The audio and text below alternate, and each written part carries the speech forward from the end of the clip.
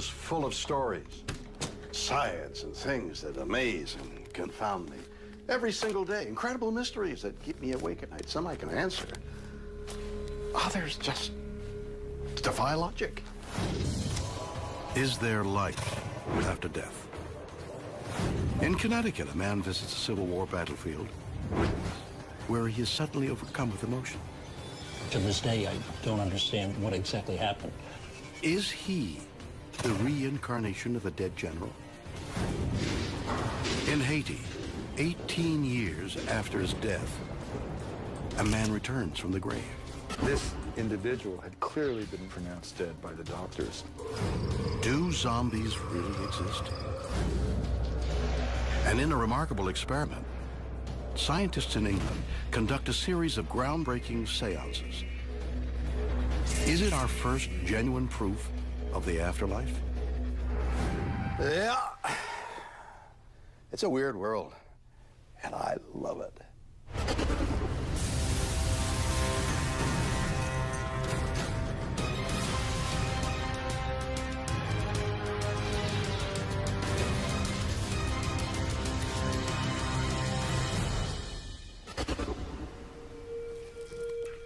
Death. Not exactly pretty. Especially when you consider that one day all of us could end up looking like this. But should we simply accept this as our fate, or is there something else that awaits us? Since the dawn of time, humans have been obsessed with the idea that there's something more than this. Well, is there? Do our lives go on, even if we die? Can we return and communicate with our loved ones here on Earth?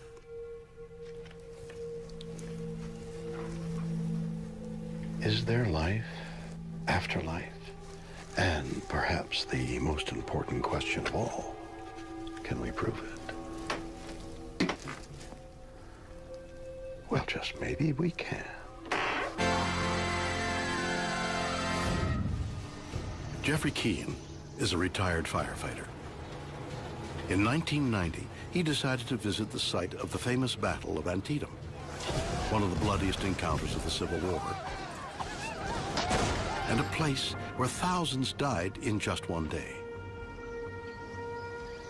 I was traveling down through Pennsylvania with my wife, antique hunting, and I asked my wife if it was okay if we took a little side trip over to Antietam to see the battlefield. But what begins as a fun day out will soon turn into a nightmare. My wife wasn't very much into history, so she remained in the car, and I walked over to where a battle had taken place at the sunken road. Gone about 50 feet when it became very hard to breathe. I started crying. I was very angry. I was very sad. If you take the saddest you've ever been and magnify that by about 1,000 times, that gets close. I was exhausted. I couldn't tell exactly what was going on. I thought I was maybe having a heart attack, but I didn't have any pain. Overcome by a wave of violent emotions, Jeffrey then has a powerful urge to visit the gift shop. I felt compelled to go there. I threw a magazine on the counter. I said, I want this, and it was a Civil War quarterly magazine on Antietam. To this day, I don't understand what exactly happened. For the next 18 months, Jeffrey's life returns to normal. Until one night, when he attends a Halloween party. It was a really nice party. They'd spent a lot of money on the decorations. They had hired a palm reader. And I sat down in front of this woman, and she took my hands, and I told her the story of what happened in Antietam. As Jeff tells his story, the palm reader suddenly becomes uneasy. She's sitting there shaking her head, and she dropped my hands a few times. And then she drops a bombshell.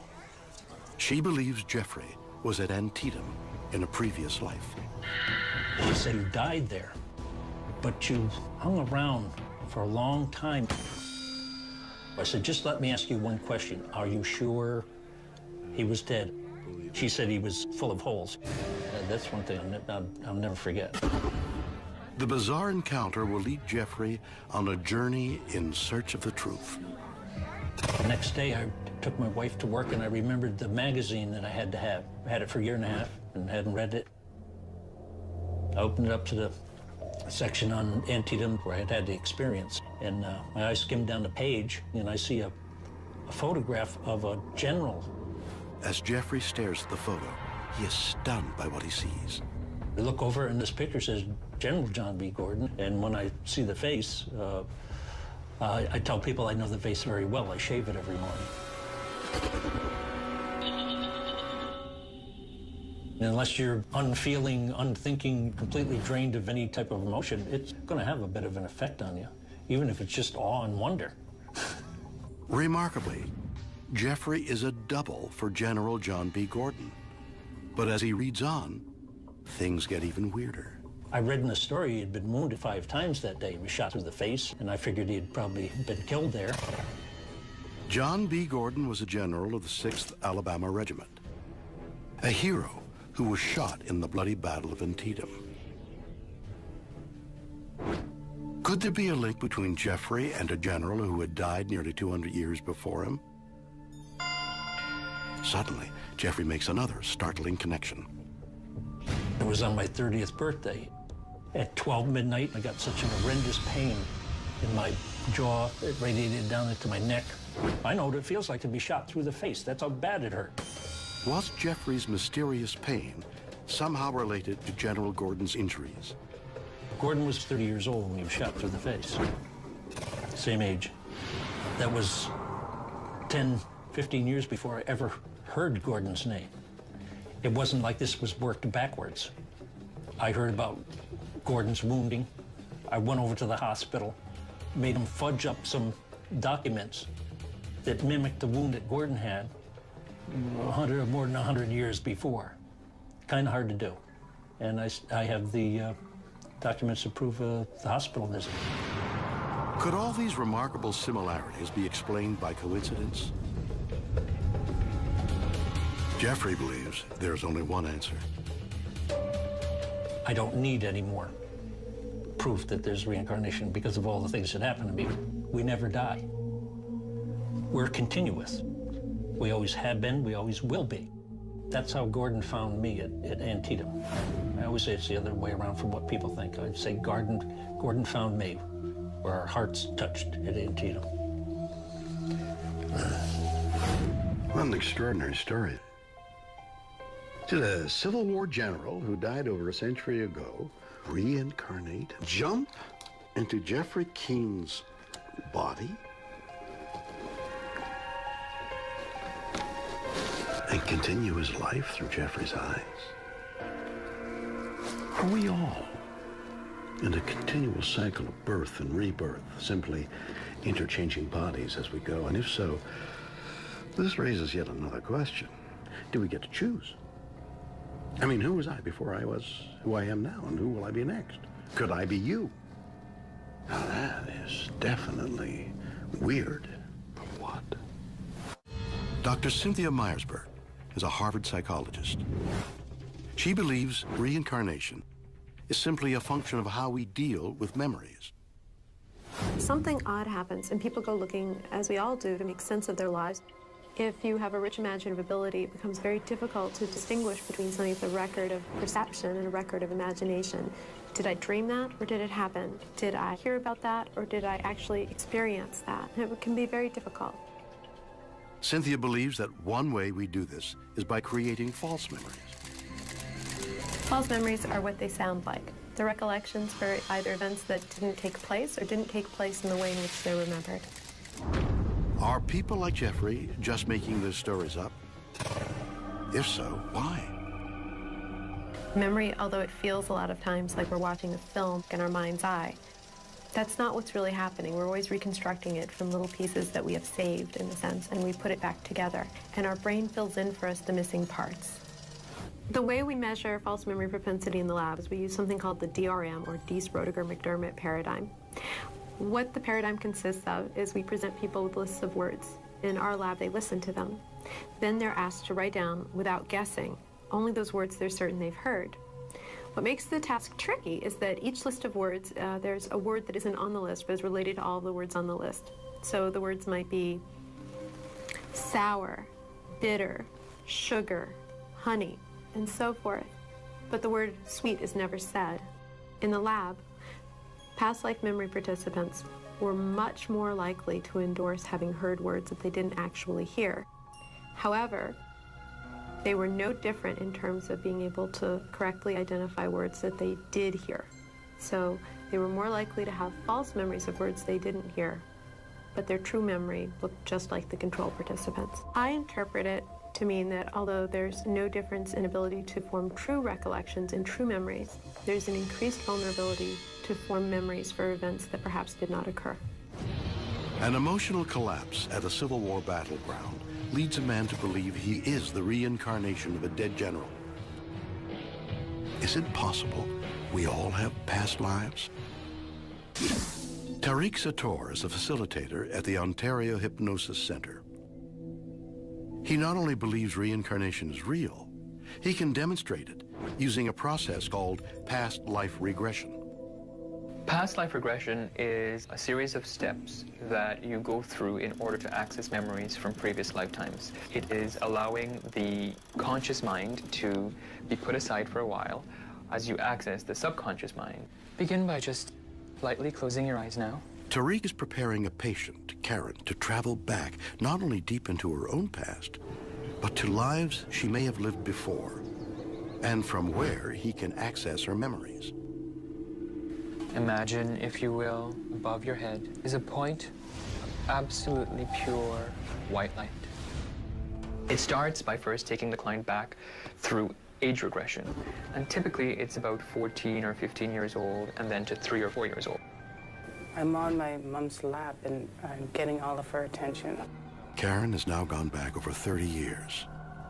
The next step will take her into what is known as blue mist, a space in between her current life and the one she lived before. Take a deep breath now and go beyond the blue mist, finding yourself at a still earlier time. Incredibly, it appears Karen has now entered a former life. I am climbing rocks, and there's a forest nearby. Are you male or female? Male. I think I'm hunting. Okay. Tariq believes what Karen is seeing is real. They're interacting, they're in the body of that past life. They can see out of that person's eyes. It's very, very personal. To complete the session, Tariq must reverse the process and bring Karen back into her current life and present age. And 1, eyes open, back.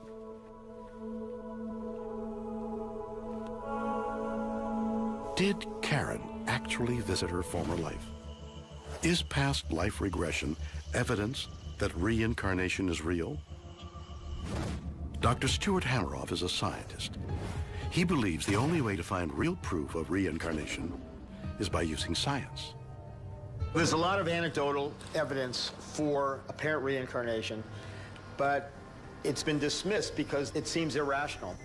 Now we have a theory, a possible explanation, so I think all this evidence needs to be reevaluated and considered seriously. Hameroff's theory concerns one of the greatest mysteries of both religion and science: the soul. I think the soul is our consciousness, the sum total of our memories and conscious awareness, and I think it can exist outside the body after life and possibly in reincarnation. But even more remarkable is that Hameroff thinks the soul exists as a series of information, quantifiable by physics. Many scientists believe consciousness exists with cells in the brain, but Hameroff thinks it exists on a subatomic level in quantum particles that can stay connected and survive death. It's conceivable that this quantum information, the quantum soul, if you will, could re-enter an embryo, which would be reincarnation. Do our souls consist of information that can travel even into an embryo? Have we solved one of the greatest mysteries in the universe?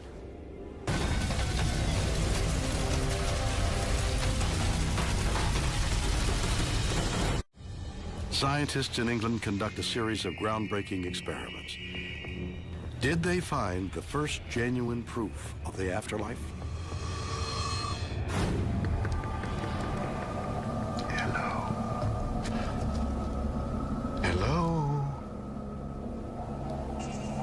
you, and I've always been scared of things that go bump in the night. Fred! Most of them we can explain, but what about those we can't? Are we surrounded by spiritual entities, the remains of those that have passed from this life? Are they what we call ghosts? And if they are there, are they friendly? And can we communicate with them? Fred!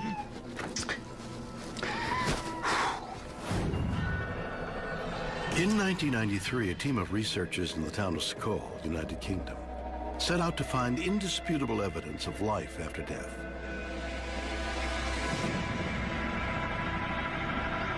Conducting a series of extraordinary seances,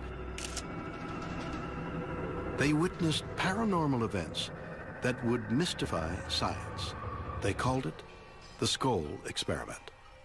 What we didn't know was that it was going to become very, very special and work in a pioneering way to provide proof of life after death.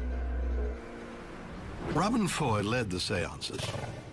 He believes the experiment was unique because of their attempts to make sure it was credible.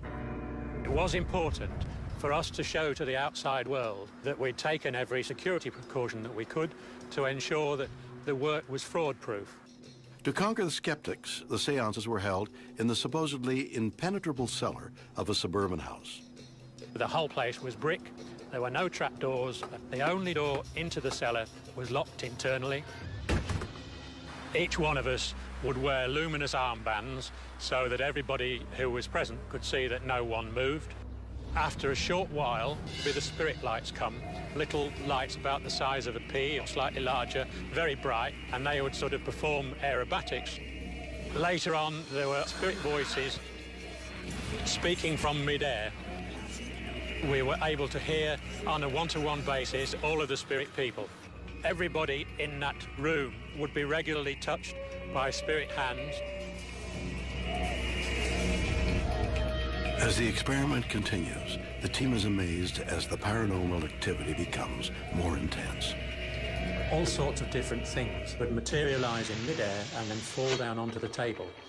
We would hear the bang as that hit the table. We may actually have solid spirit personalities moving around in the room. We were pushing the bounds of psychic research further forward than anyone been able to produce or witness anywhere in the past. Encouraged by the success, Foy decided to try something extraordinary. Something that would prove they had made contact with the afterlife. We were doing an experiment with a film that was still in its plastic container. We would have this locked into a security box to ensure that nothing was ever done by us to that film. It was a remarkable and ambitious idea.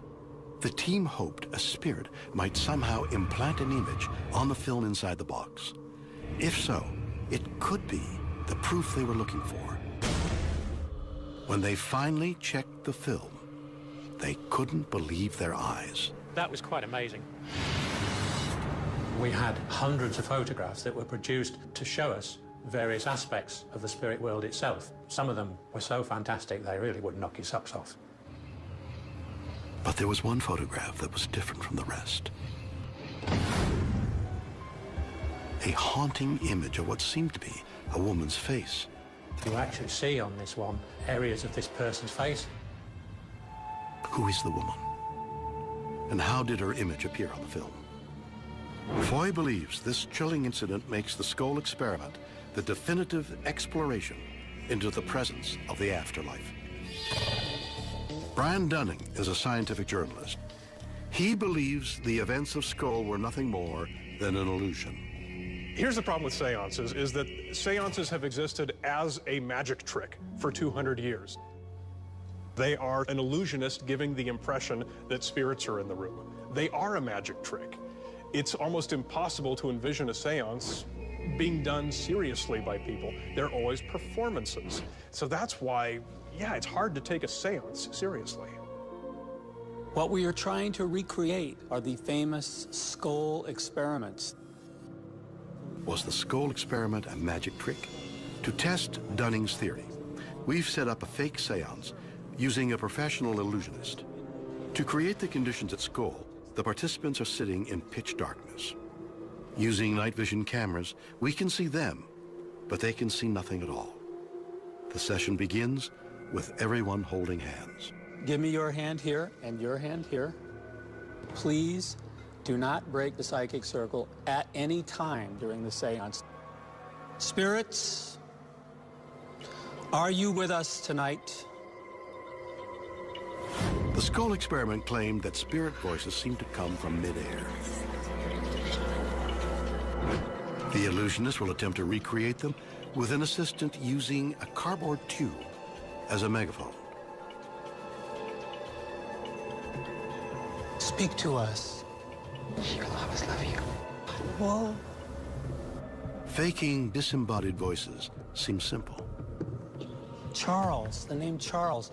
But can they convince these participants? That was close. They are being physically touched by spirits as claimed by the people at Skoll? My spirit guide, I'm going to ask my spirit guide, Francine, will you give us a physical manifestation? I want Francine to come towards the center of the table. What happened? Don't touch me. Touch himself! Whoa!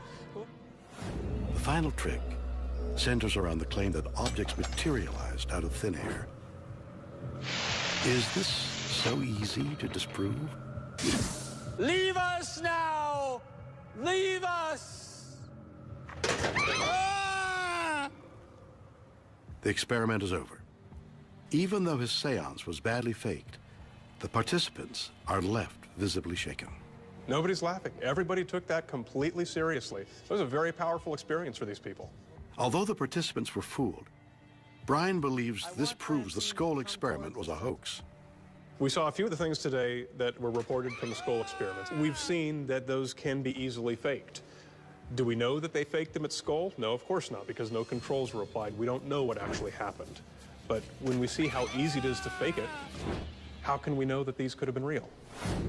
Could the greatest experiment into the existence of the afterlife be just an illusionist's game? No doubt. Magic tricks are easy to perform, and many of the claims made at Skoll have been dismissed out of hand. But the biggest mystery of all still remains unanswered. Who is this woman? And how did her image appear on a roll of film that was locked inside a box?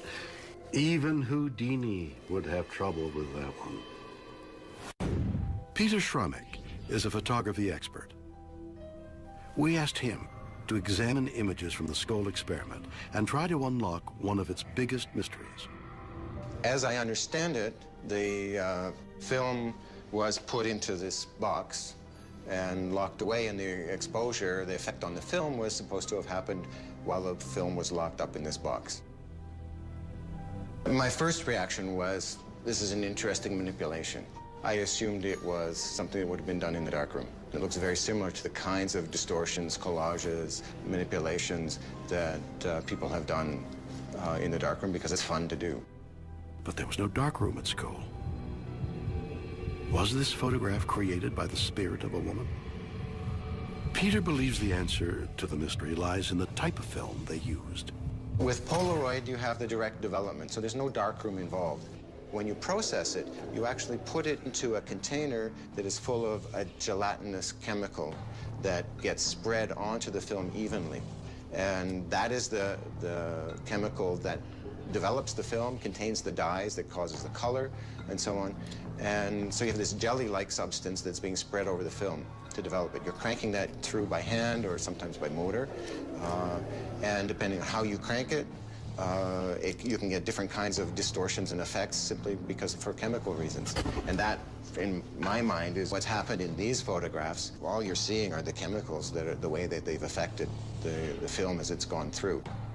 What is harder to explain are the actual faces in the images. They're not light effects, they're not chemical effects, they actually are, images of faces. So how was this haunting image created? My explanation for that would be that the film has been tampered with, and the film has been put through the camera, and these faces have been exposed into it prior to the supposed experiment. And then when it's processed, these show up, but they show up in this distorted fashion because of the chemical processing distortion. And that actually is quite easy. You can take a roll of film. I can take this sort of brand new roll of film. No one's ever done anything with it. I can take it. I can put this film in the camera. I can shoot the roll of film. I can wind it back. And as I wind it back, I can leave the leader sticking out like this. And no one knows whether this film is exposed or not. Peter believes he has solved the mystery. But what if the Skoll researchers were telling the truth? I don't think while the film was in the box that any of the effects that we're seeing could have been created unless one believes in some sort of supernatural explanation. Is this a woman from the spirit world? Did Robin Foy and his research team find proof of life after death at Skoll? Or was it an ingenious hoax? Whatever the truth is, this is weird, or what?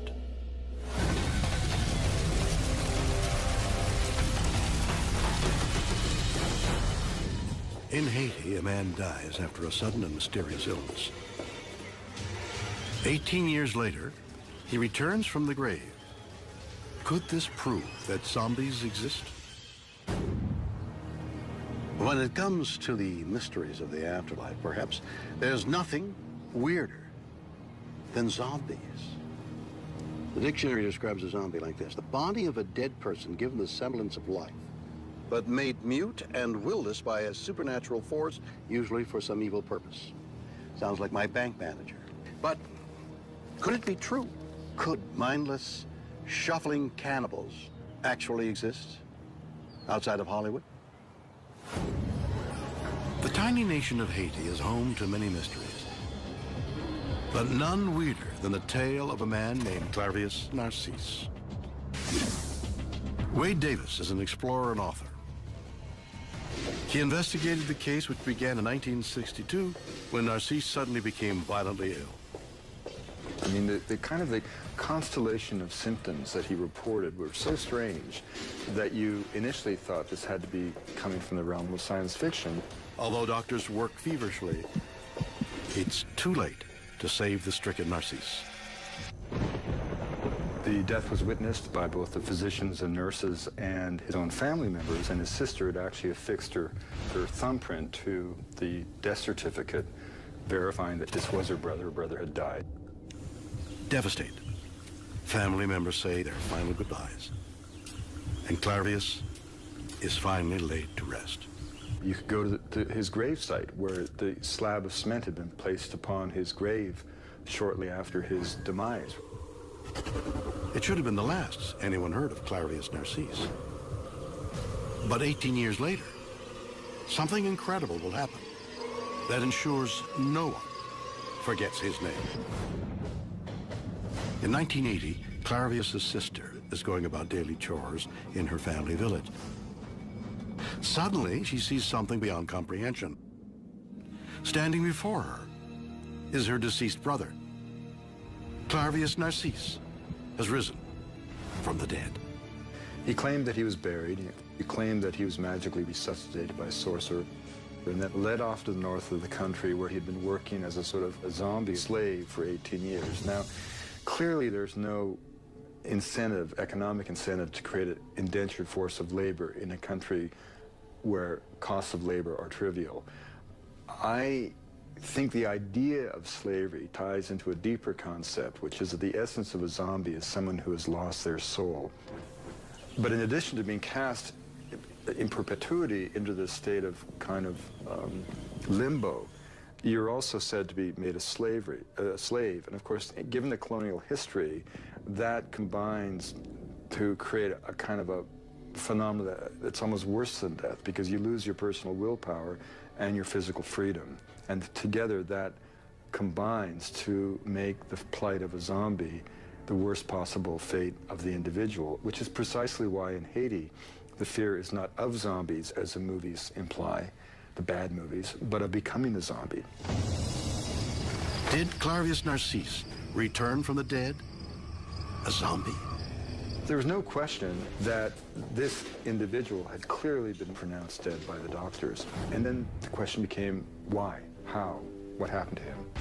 This incredible story attracts the attention of a team of scientists who are keen to examine the case and uncover the truth. They investigated all these lines of evidence, analysis of the fingerprints by forensic experts, the testimony of family members and the doctors.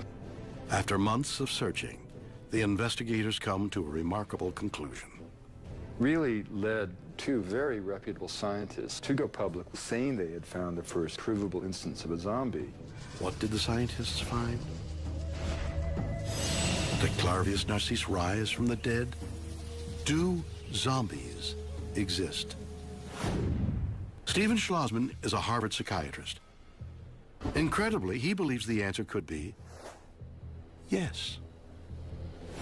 When I started thinking about how I would explain zombies medically, it was kind of a lark, and then it ended up getting a little creepy.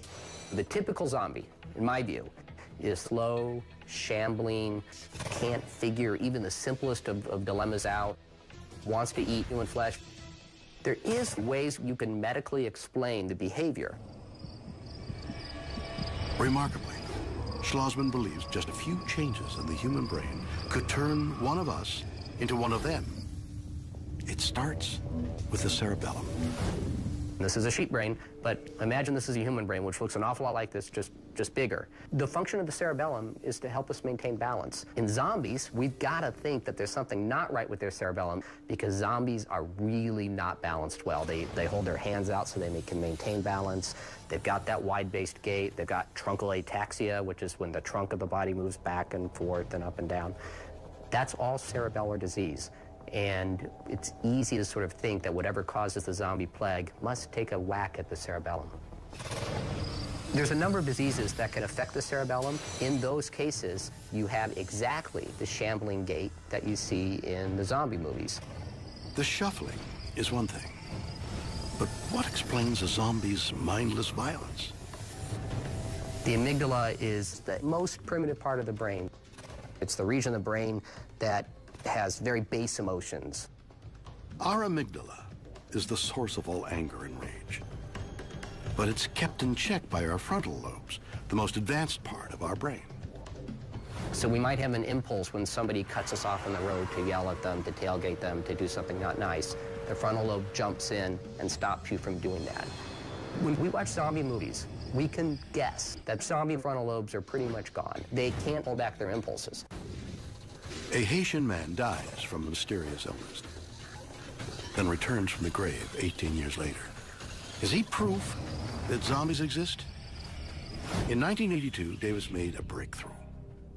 He discovered that Haitian voodoo priests were rumored to be using a special poison to turn people into zombies. Was this the drug he was looking for? He decided to visit Haiti and see for himself.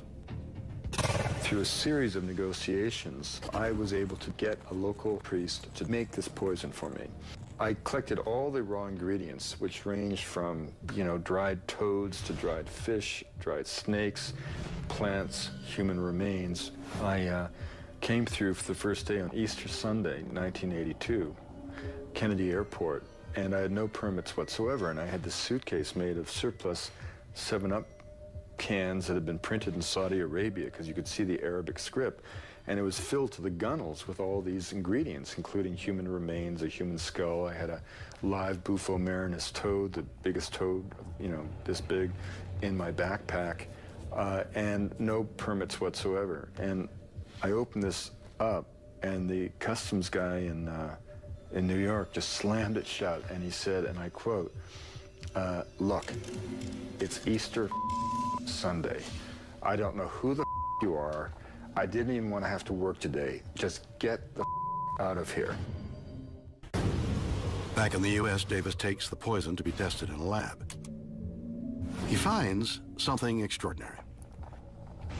It contains a chemical more deadly than cyanide. Tetrodotoxin acts by physically blocking nerves, but it brings on a state of apparent death so profound that it has many times fooled physicians. Had the Haitian priests discovered a drug that could replicate death? If so, where did they get it? In Haiti, there's this sort of famous puffer fish, which inflates like a big porcupine. Without doubt, the Haitian sorcerers had identified a natural product that contained a toxin that could make someone appear to be dead. Could this powerful drug produce the symptoms Narcisse experienced? He said he was paralyzed. He could hear himself pronounced dead. He could sense the sheet pulled over his eyes. He heard his sister begin to wail, but he could not respond. Was an innocent man turned into a zombie? The evidence seems undeniable, except for one thing. No one knows if Narcisse was administered the poison. What we do know is that he was pronounced dead when he turned back into the realm of the living. So presumably, if any of this is accurate, somehow he received the poison. According to what he said, he had the poison rubbed into his skin. And this would be important because the effective way for this powder to be administered would be through the blood. All right, let's think about this for a second.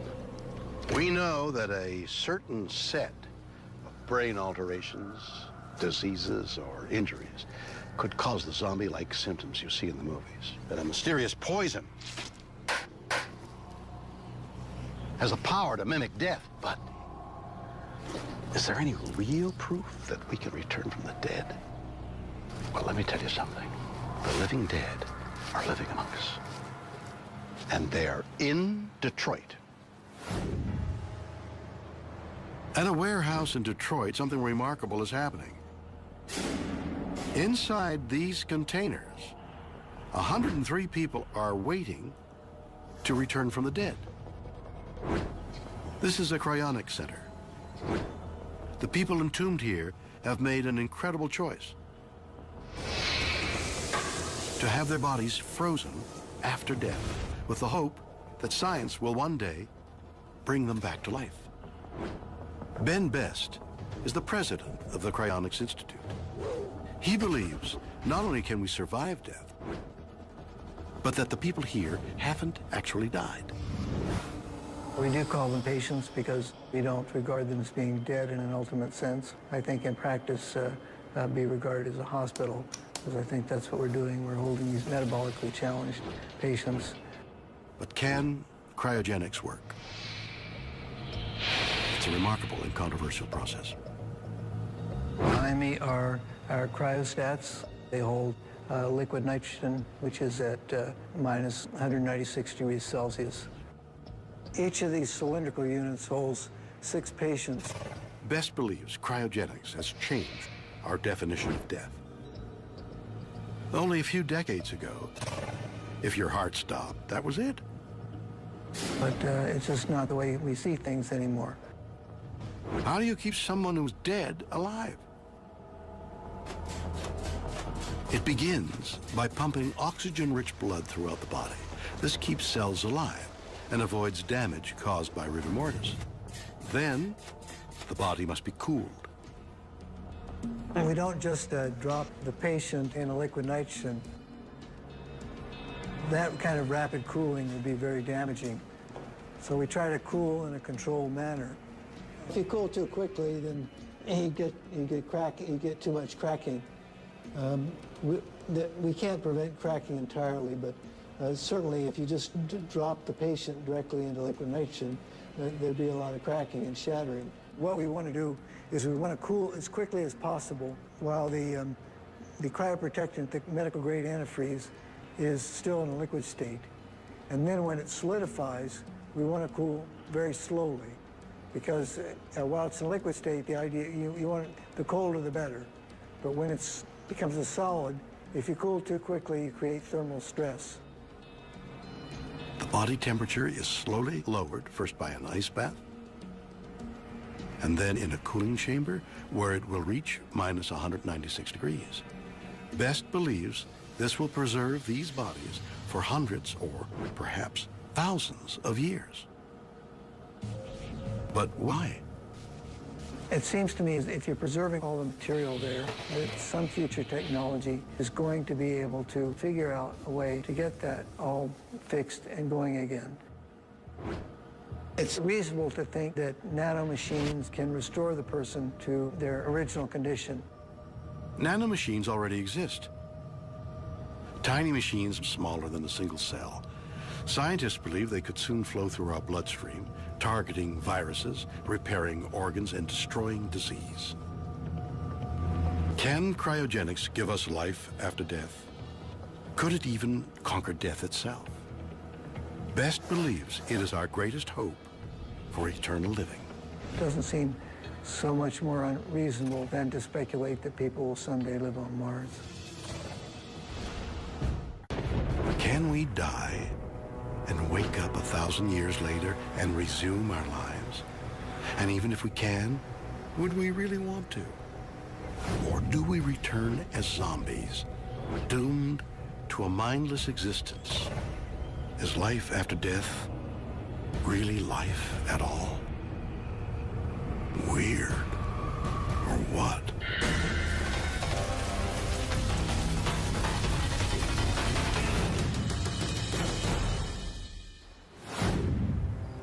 So there we have it. Stories of life after death from all over the world. In Connecticut, a man is overcome with emotion at a Civil War battlefield. Is he the reincarnation of a dead general? In England, scientists conduct a remarkable paranormal experiment. Did they find the first proof of the afterlife? And in Haiti, a man returns from the grave 18 years after his death. Are the living dead walking amongst us? Do zombies exist? Are these stories evidence of life after death? Can we dismiss those who claim they are true? You decide. Join me again next time for more stories that will undoubtedly be weird or what?